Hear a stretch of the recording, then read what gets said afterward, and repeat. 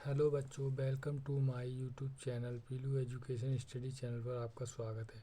प्यारे बच्चों, 2024 के लिए बोर्ड द्वारा जारी विज्ञान का मॉडल प्रश्न पत्र जो इस प्रकार है। बच्चों, इसमें 20 आपके ऑब्जेक्टिव क्वेश्चन ओएमआर के लिए आएंगे और 50 क्वेश्चन आपके वर्णनात्मक होंगे। टोटल 70 नंबर का ये आपका मॉडल पेपर होगा। आपका हाई स्कूल बोर्ड का जो पेपर आएगा वो बिल्कुल आपका सेम टू सेम यही पैटर्न रहेगा पेपर का। तो आप इस मॉडल पेपर को बहुत अच्छी तरीके से समझ लें और तैयार कर लें, क्योंकि 25-30% क्वेश्चन इसी में से आ जाते हैं, लेकिन पैटर्न पूरा आ जाता है। पैटर्न इसी के तरह होता है और इन क्वेश्चनों की तरह आप अगर पेपर की तैयारी करेंगे तो पूरा पेपर इसी की तरह ही आएगा। तो बच्चों, चलते हैं बहुविकल्पीय प्रश्न खंड आ में, जो विज्ञान का है 2024 बोर्ड के लिए।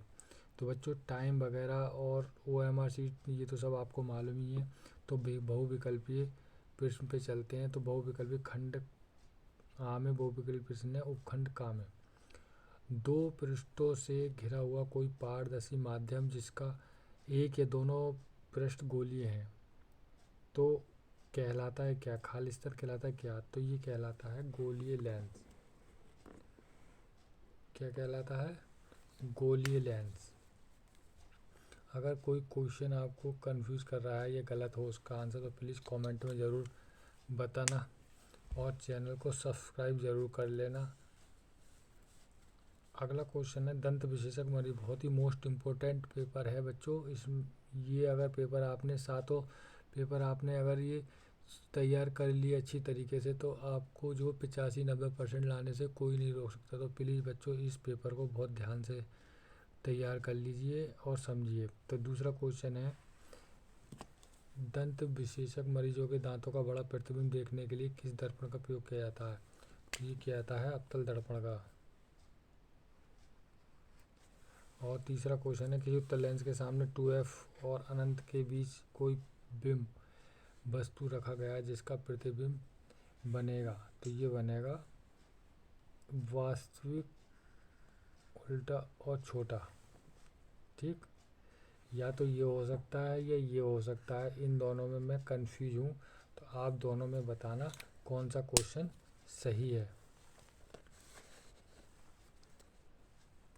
मैं दोनों में जो है पूरी तरीके से क्लियर नहीं हूँ कि आभासी उल्टा बढ़ेगा या वास्तविक उल्टा छोटा बनेगा। तो दोनों में से एक क्वेश्चन सही है। जो भी आंसर सही हो वो आप लगा लेना और मुझे कमेंट में भी लिख देना।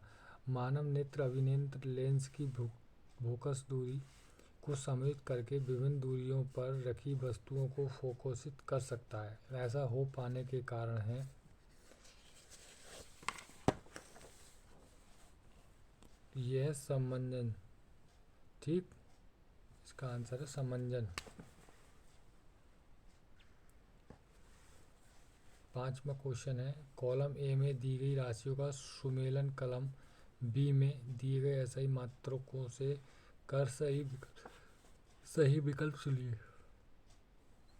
तो ए में ये जो है राशियाँ दी हैं और कॉलम बी में जो है कॉलम ए में राशि दी हैं और कॉलम बी में मात्रक दिए हैं ऐसा ही के। तो इनको जो बनाना है तो इसका आंसर होगा चौथा। दो चालक तार जिनके पदार्थ लंबाई तथा व्यास समान है किसी विद्युत पथ में पहले श्रेणी में और फिर पार्श्व क्रम में सम्मिलित किए जाते हैं। श्रेणी क्रम पार्श्व क्रम संयोजन में उत्पन्न ऊष्माओं का अनुपात क्या होगा? ये होगा 4:1 का अनुपात। किसी विद्युत धारावाही सीधी लंबी परिनालिका के भीतर चुंबकीय क्षेत्र हैं, तो इसका आंसर होगा सभी बिंदुओं पर समान रहता है। बेंजीन का संरचनात्मक सूत्र है, तो इसका होगा तीसरा ये, और ऑप्शन में लगेगा सी। ये आपका यहाँ से खंड खा शुरू हो गया। निम्नलिखित में से सजातीय श्रेणी है, तो सजातीय श्रेणी है CH3O6। ठीक, एक ये है और एक ये है। इन दोनों का आंसर है बी, आई और बी। ठीक, पृथ्वी की भूपटी में प्रकृति में रूप में पाए जाने वाले तत्व यौगिकों को कहते हैं खनिज। वो जुड़ गया तो खनिज होगा। दांतों का क्षय कब प्रारंभ होगा? मुंह का pH 5.5 से कम होने पर। अच्छा, कथन जो है, इस कथन में पहला वाला कथन सही है और दूसरा वाला सही है, तो आपका जो है आंसर हुआ ठीक। कथन फर्स्ट तथा तर्क सेकंड दोनों सही हैं, परंतु तर्क अभी कथन का स्पष्टीकरण नहीं है। अगला क्वेश्चन है, निम्नलिखित रासायनिक समीकरण को पूरा कीजिए। तो CH3COOH ये इसका रासायनिक समीकरण हो गई। 14वां क्वेश्चन है,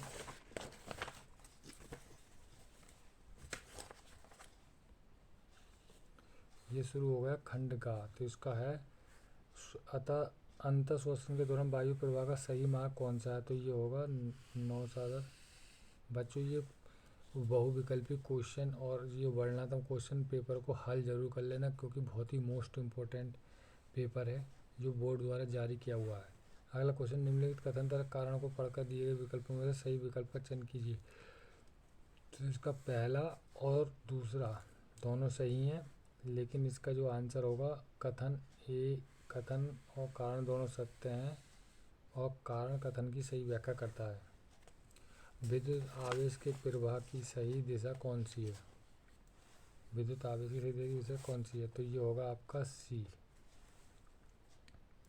फिर अगला क्वेश्चन, थायरॉक्सिन के बारे में कौन सा कथन सही नहीं है? सही नहीं पूछ रहा है। तो थायरॉक्सिन के संश्लेषण के लिए लोहा आवश्यक नहीं है।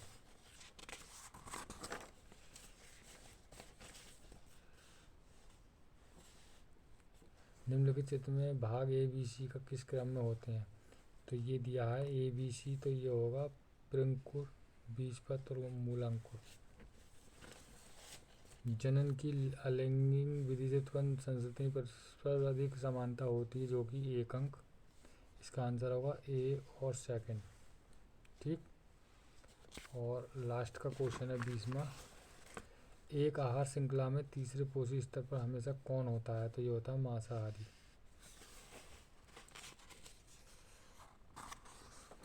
तो बच्चों, ये आया खंड बा, यह है खंड बा में वर्णनात्मक प्रश्न। तो खंड बा में वर्णनात्मक प्रश्न आपके 4 नंबर के आएंगे, 1 2 3 4, ठीक। और उसमें आपको जो है चॉइस मिलेगी, यानी कि दृष्टिदोष किसे कहते हैं, कितने प्रकार के होते हैं, हमें आकाश धनुष केवल वर्षा के पश्चात क्यों दिखाई देता है, उत्तर लेंस को आभासी लेंस क्यों कहा जाता है, उत्तर लेंस के उपयोग लिखिए, किसी 4 ओम प्रतिरोध प्रति सेकंड 100 ऊष्मा उत्पन्न की जाती है, प्रतिरोध के सिरों पर विभवांतर ज्ञात कीजिए, 20 ओम प्रतिरोध की कोई विद्युत स्थिति 5 ए विद्युत धारा लेती है, 30 सेकंड में उत्पन्न ऊष्मा प्रकटित कीजिए, 2 चुंबकीय क्षेत्र रेखाएं एक दूसरे को परिच्छेद क्यों नहीं करती, चुंबकीय क्षेत्र रेखाओं के गुणों को लिखिए, किसी चुंबकीय क्षेत्र में या तो ये लिखिए या ये लिखिए। तो ये यहाँ से हो गया आपका, ये आपके 6 नंबर के हो गए, ये 4 नंबर के हो गए 3, और ये 2 नंबर के 6 हो गए। ये भी मतलब ये भी 6 का, ये भी का, लेकिन करना इसमें से एक ही है। अब आ जाते हैं खंड खा में। खंड खा में है, निम्नलिखित अभिक्रिया के संतुलित समीकरण लिखिए 4 नंबर। फिर इसका कारण आएगा, निम्नलिखित का कारण बताइए, तो ये हो गए 4 नंबर। फिर 7वां है, 2 लक्षणों को लिखिए, और उसके बाद है बहुत ही मोस्ट इम्पोर्टेंट पेपर है अथवा में, ये टिप्पणी लिखने को आएंगी 6 नंबर में। फिर समूह गा शुरू हो जाता है। समूह गा में जैव निम्नकरणीय और गैर निम्नकरणीय पदार्थों के बीच का अंतर कीजिए, ये आएगा आपका 4 नंबर में। ये फिर आएगा 4 नंबर में 8वां नंबर। फिर उसके बाद आएगा 10वें पे गद्यांश।